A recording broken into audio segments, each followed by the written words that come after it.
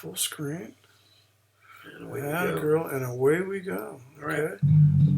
So this bass drum is my man Jules Beckman, who is an amazing, amazing drummer from a group called Contraband at the time. What we were really experiencing in San Francisco was a powerful renaissance. There was an astounding amount of artists who started working together. Brian Goggin made a great piece called Defenestration. Cell Space had just begun getting people to meet at the space. We had an amazing community of people that had worked on the previous one, and we had created a sense of lightness and connectivity. And as much as hell was the previous one, this one really was about heaven. This one was really about welcoming the divinity in men and women, and the honoring of women and the woman. And for my, for my sentiment and the energy that I put into things, this really was the one that had the most heart. The musicians were a committed group. Leon Rosen was the composer. He was a young artist, maybe in his early 20s, who was, just down to make a lot of committed art, and we had sparked a flame in San Francisco, and the amount of women that showed up to be in this empowered sentiment and to show up on this temple as these sacred prostitutes and to explore that. And the lyrics were who will plow my vulva, which comes out of the ancient texts. We did a translation of these ancient texts. And if you look at the costumes. What was that like when you worked on this story? When you worked the story up with Pepe? Well, I think Pepe really was inspired by the beauty that he had seen in the previous year, and also I think he sensed the amount of ugliness that he had invoked, and I think that he wanted to create something of elegance and excellence and beauty, and I think he wanted to honor the divine. I think he wanted to honor the divine. He wanted to honor the feminine as the divine, and that was really the inspiration for this piece. And what we did was we actually looked at the ancient Sumerian Babylonian texts and translated them and gave them to the composer and worked in a much more collective sentiment than like this year and the Atlantean year were the 2 years, I think, where we really got a collective sentiment in a beautiful way. The way in which men approached women, these gestures and sentiments, they all came out of the work that we worked on as men and women in the chorus. And myself and Tirza really did a lot of work to kind of instill in people the reverence for each other. What are we seeing here? This is Stephanos coming to the temple. It's like it's the temple of the divine feminine. He is Tammuz. Tammuz, who is the man who shows up to plow Ishtar's vulva when she invokes "Who will plow my vulva," and he is basically the sacred male. And I just want to take a good look at these costumes.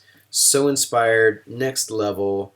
Really, Dada, surrealist, a lot more attention was put into, the shaping and the surreality of the costumes, because again, we wanted to accent, I think, the relationship between the feminine body and the male form.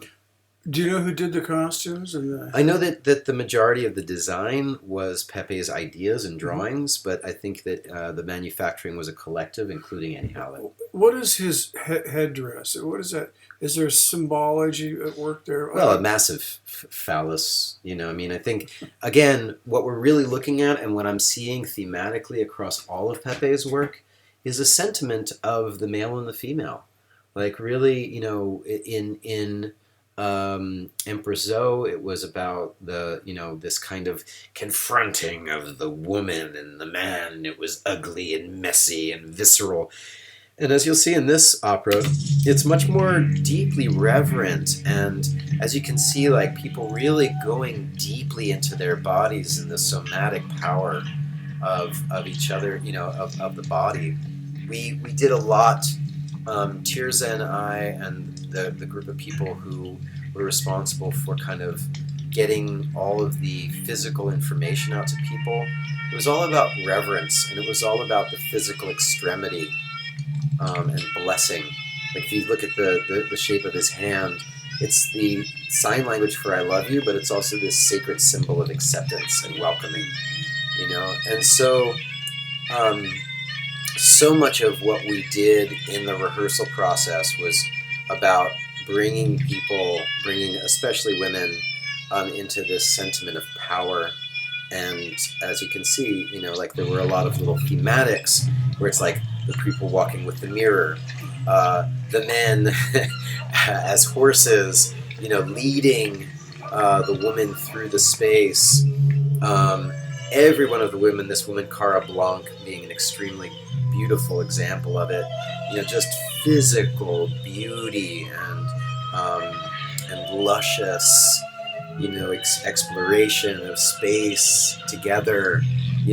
One woman moves, they all ripple off. That's Tirza right there, giving expression to it and rippling, much in the same way as we did in the previous opera, this sentiment. And there was a Kali, and then they came out, the opera singers, with these amazing, songs that had been composed, and the relationship between women, just this sensual exploration. And again, if you really look back, that was the what was going on in Desert Sightworks. The women doing this luscious exploration together.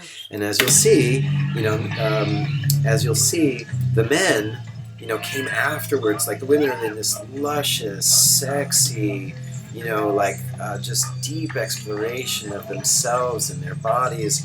And then we see the men coming up behind them with these flags and their, this kind of very powerful, aggressive thing that we brought through Burning Man. Yep, leading the men in procession. Oh, I see. And so the men were in this powerful procession, on the mark, in the money, and holding the energy of the staff aloft, while the women were doing this sensual, soft motion. We had this is a very, very famous guy from the hippie '60s, was on the cover of Life, Fantuzzi, and Fantuzzi was part of our procession. This man, amazing drummer, Jules Beckman, was a part of it. What were the symbols? This is just it's a bowl. It's the sense of the circle as this kind of, it's almost like the Zen circle bowl. So it's like this perfection that's then upheld with power. Okay. And again, these are like after years of reviewing and thinking about it and looking back on it, because I think a lot of this was just intuitive. Pepe was looking at, the ancient culture of female and woman worship. As you can hear, like this is a lot of vamping musically. It's just a bass player named Shyam just holding some bass notes and riffing off of a basic theme, with the opera singers feeling it, sensing it, responding to it. The men holding, this is DA right here. I'm moving through, making sure that they're in formation, keeping everything tight. The men are in formation. The women, of course, ahead are dancing deeply, sensually. The men are on time, on point, And then there's this funny thing of the men being on the, and these fan women, and it's like there's a lot of absurdity and spectacle and ridiculousness in it. But there's Ninka and a lot of the community of people that would then become, there's Warrior Girl, and there's Marlo, who was the singer in the last year, Marlo Riley, and a lot of these people also came on board because we initiated them into the the fold during the performance, or during our parades. We would have parades through the space, through Burning Man, and we'd say, come and join us for the rehearsal, come and join us for the initiation. And they would come and they would meet us at the rehearsal, and then we would do these, kind of deeper explorations, and Tirza would run the workshop for the women, and I would run the workshop for the men, and then we would kind of do interface and playing together. And then you've got this powerful frame, with Rebecca, this woman right up front, who ended up being a powerful character in the Eye of Rudra. She was the leader of the melancholic chorus. Okay. I was the hierophant for the melancholics, but she was like the lead melancholic, and she came up with the song for Rudra, actually. And look at this frame on all of these women, just so like powerfully holding the temple. And the women lusciously arriving, and the men creating the perimeter and dropping all at the same time. And very much loved this understanding, this expression, this connection. And there's Christopher. That's Christopher. And Pepe developed this story with help with. I think honestly, he came up with the idea. He wanted to honor the sacred feminine. He wanted to do an exploration of the story of Ishtar and Tammuz.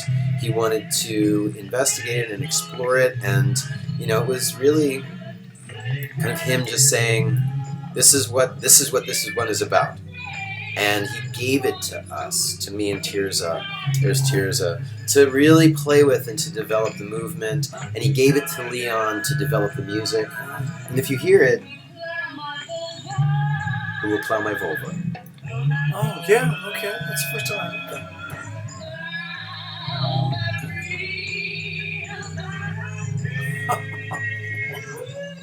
See, I could never make out the words,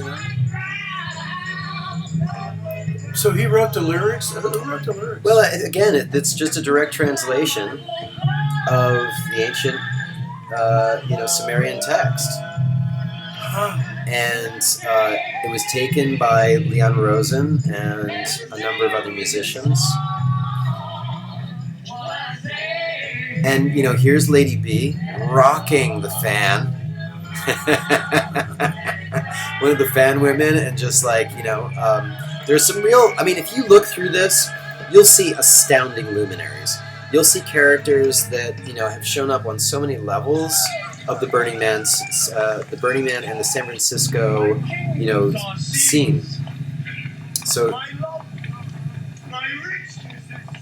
here's Stephanos. The holy crown from my head, the garments from my body, the royal scepter. So just straight up, the lyrics were the text. And if you look at this frame, it's just beauties. My holy sandals from my feet, naked I fall in this bitter dream. Ishtar, rise me from my false sleep. Rise me from my false sleep. Wow, that's Shakespeare. Right? Yeah. Well, and it's ancient text. Huh. And if you hear the piano, that's Leon Rosen playing. Huh. Bass.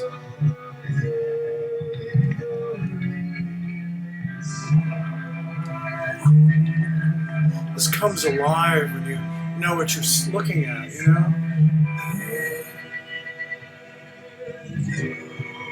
And notice the powerful lingam of the horses. I get it.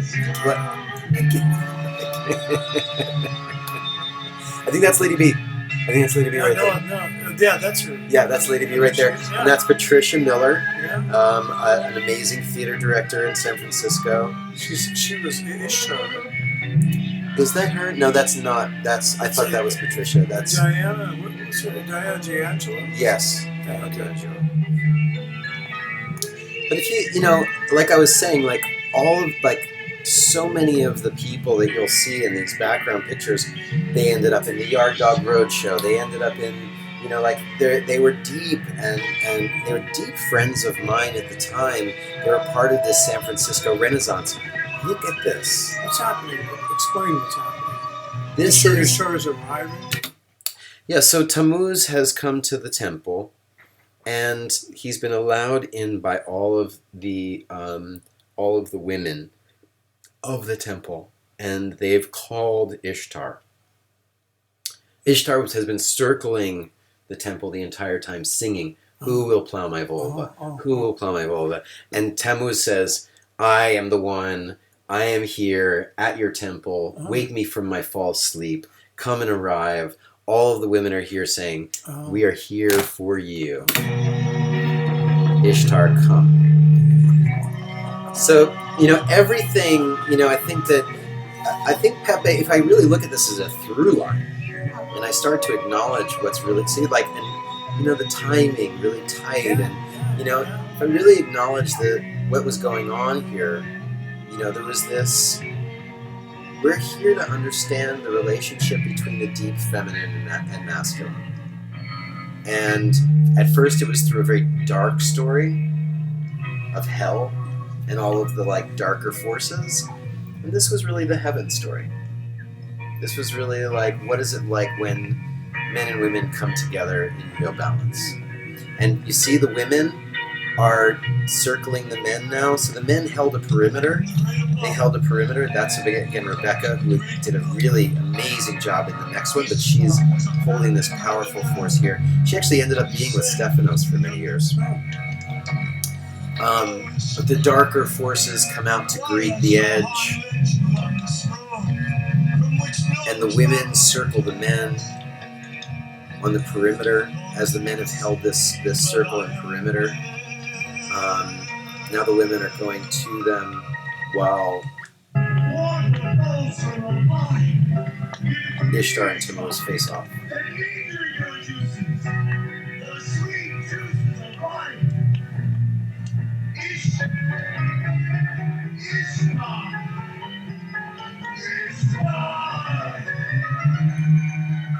Yeah. Rosen on piano. Yeah, Rosen rocking the piano, man. Was it live? It must Yes. Have been Yeah. We put the kiss, the scream on the kiss. What is she saying? Holy something. The men. This is Da. Oh no, that's actually I don't remember his name right now. Lamont. Women and men. The men started doing a chicken dance around the women. So it was before that it was the women moving around the still men. Now it's the men moving around the still women. Oh, I see.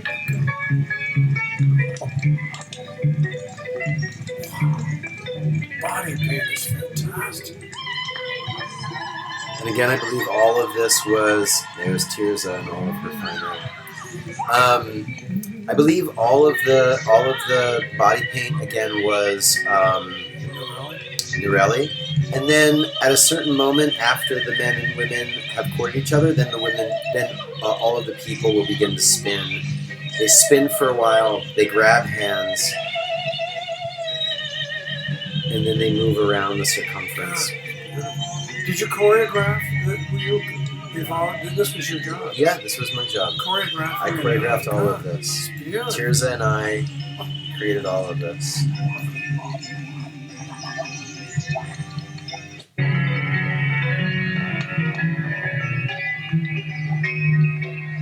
When you really look at it, it's like all of these beautiful still images. Yeah. And the men just being like, we are dancing ridiculous. Why the chicken dance? It's a courting, mating dance. It's like the way in which primates will fight with each other. Okay. So all of the men are fighting, and kind of pressing for the women's attention. Okay. The women, as in their stillness, are kind of it's mating dances. Okay. And we did some research in mating dances, and when it actually came down to the moment of actually capturing it and playing with it, it was chicken dances. Because that's what Pepe liked.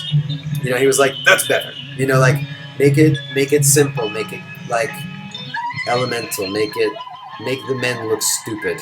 Why are they yelling now? What is that? Well, this is basically a calling. The women are calling, like the gypsy woman call is a yella la la la la la la. I forget what it's actually called, but that's a calling out to all of the women, and I think something's about to change.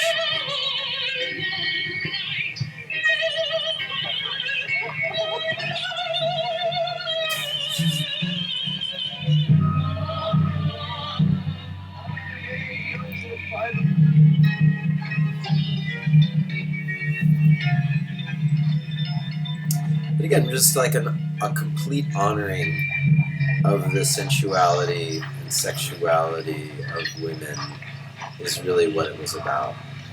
And then there's Kate McGlynn again. They begin to go hold hands, grab hands, and begin this beautiful circling of the whole. And you choreographed this. Mm-hmm. Yeah, we basically made a spiral dance.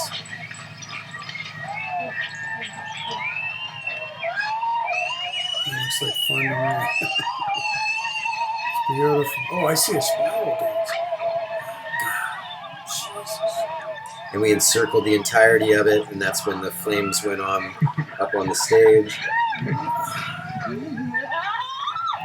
And we were doing this back and forth, and but look, most of them are barefoot on the playa. I mean, there are some women with boots, and that's really sexy as hell. But most of us were barefoot and had been naked in the cold desert for hours. And this was in the 2 in the morning or midnight or. They were always midnight performances or set as midnight, but they were usually started late, things needed, so this is 2 in the morning right now. Pepe must have been thrilled with this. This one was really for my money, energy, time. So it's like this was really mine and Tears' work. I really feel honored and because again, if you look at the temple pieces where the women are standing on the temple and they're just in their total power, and really welcoming. Again, you can't really necessarily see that from afar. You get the sentiment. What's happening here now? So this is them coming down off of the temple, which is burning now. The people have built a perimeter. I'm actually not sure exactly what's happening, but I know that this is them. They had wireless microphones too, so they could sing all over. That was a big advance. Yep. Beautiful. Yeah, so there was kind of a grapevine step for all of the muses, all the women who had been on the temple. What's a grapevine step? Just a very simple kind of move that allows things to be graceful and connected. But I'm not sure. Oh yeah, so it's a walk back to the chariot. So it's a walk to the chariot because Ishtar arrives alone, and they leave together.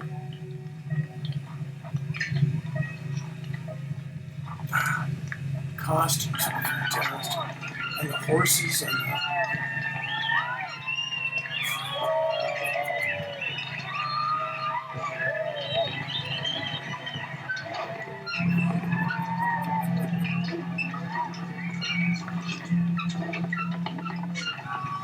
Sincerity, he went from being the devil last year to being the sincere dude, the sincere, loving God. What's happening here? And then this is where we're lighting this is where we actually lit the stage on fire with a huge fire performance, which again was the Canadian. It wasn't just the Canadian group. Now the Canadian group had expanded out to a larger group.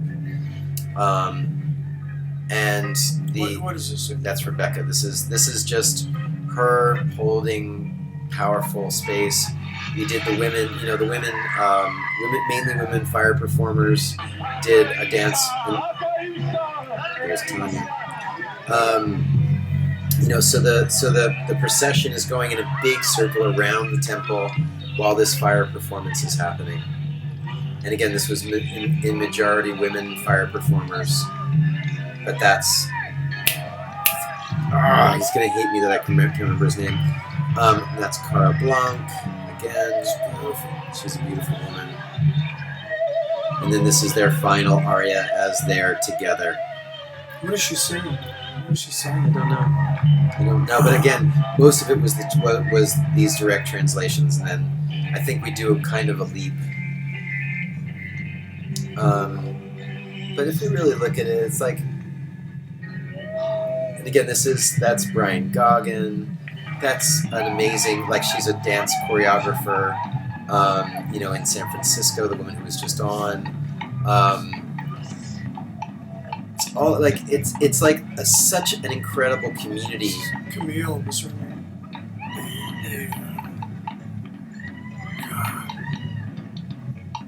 And so, it created community on a very deep level. It created community on a very, very deep level. And people would return every year to be a part of this, I wonder why. And as you can see, it's like people are really deeply in character. She's in Muse. That woman's in, like, Kali Ma. This person's in, like, kind of like the serpent dancer. Like, the men and the women are having these deep connected dances. That's Leighton, who went on to, like, found the Yard Dogs. Like, all of these, so many people. That's, again, Rebecca.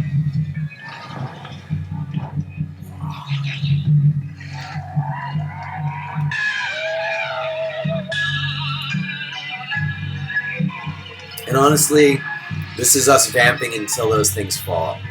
It's just us playing and having a good time and just being in character and interfacing. The fire performers doing their thing around it. This was the circle that Chris was supposed to light. He told me, Pepe told him, light the circle and don't fuck up. Simone. Such a beautiful woman. And Aka Ishtar was our chant as we journeyed through.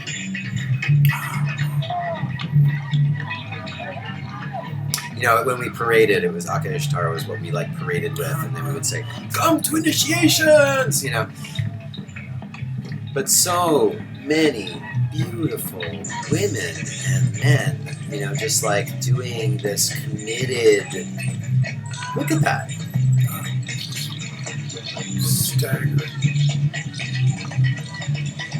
Astonishes me this body of work was completely obscure. I just couldn't believe it. It actually disappeared because it was like the flame and like the stage and like the entire thing. It was an ephemeral work, but it was captured and it intended to be remembered. As much as it was for the moment, in the moment, it was also to be remembered and to be brought back, perhaps. And there's a certain thing about what's going on here, which is it can easily be seen as just general dancing, but if you look at how self-possessed the women are as they're dancing, and how reverent the women are, and how much gifting there is, and they're still loving each other and honoring each other, and Tammuz and Ishtar is still, it's like, it's very reminiscent of the Hell Year where they're on the chariot and still fucking each other, like, there's this, it's the nature of immersive theater, that if you're in reverence, you maintain reverence, if you really find a deep connection, you stay in that deep connection.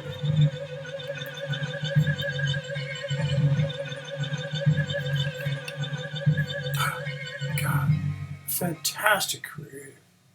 I'm overwhelmed. Leon Rose and Todd I'll Nelson. have to look him up. And this was us, like, Yeah, exactly. we were there to bring it on home, so. Yeah, I wonder if Jason Norelli. I'm just wondering if there's any of the music near the end. Brian, just let it roll. yeah, Brian Goggin, Al Honig, Morgan was always there.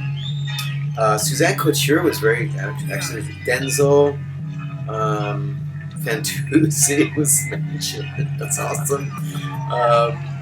Did you do this video, or was it somebody else? No, I don't actually. I don't know who honestly made all of this. I got these and collected these videos from Pepe. He gave these to me. Really? Yeah, I did not do this work. But I wonder if Pepe did. I suppose Pepe did this. I don't think Pepe did it. I think someone else did it. Oh, because there aren't any production credits on it. It just, but beautiful, wonderfully enough, they did all these credits. That's how I found out who these people were. Oh, the charioteer, the guy in the hat, Oliver Lowe, awesome character. Robert Wilson was he was great. He was a part of everything. Robert Wilson was like a cockroach in the previous one. He's always willing to do the little thing. Messenger, who lit the fire, was Pepe's daughter. I'm in the credits. I'm the cockroach. Totally. Rebecca Caldwell was the Raven. Fantastic. That she ends up being very influential in the Rougerie. People just came back year after year to get more. Huh? Yeah, Barbara Freed. A lot of these cats, were just very, very important and consistent. Oh, it's beautiful stuff. Tara Howley was in it. Kate McGlynn again. Warrior Girl was there. They were people that continued to show up and continued to work. Leslie Satterfield, Zoe. I'm pretty impressed looking at the people who are actually in it. Fred Adler, Christopher Fueling. Again, like at the time, I don't know whoever made this. Leighton Kelly, Lamont Gardner. These are people that went on to have very profound careers. In terms of what they do in community, what they do in the world. So it's pretty amazing. Maybe it was Dean. It could have been Dean that did all this. I bet it was Dean who did this. Oh, editing. Wojtek and Pepe. Pepe, so Dean Mermel did the. There you go. Oh, okay. So Pepe was involved in cutting. At least he was there when they cut it. And then this graciousness. Thanks for everybody. Yeah, very gracious. Yeah. Wow. That was a good year. Wow, I guess so. See, just.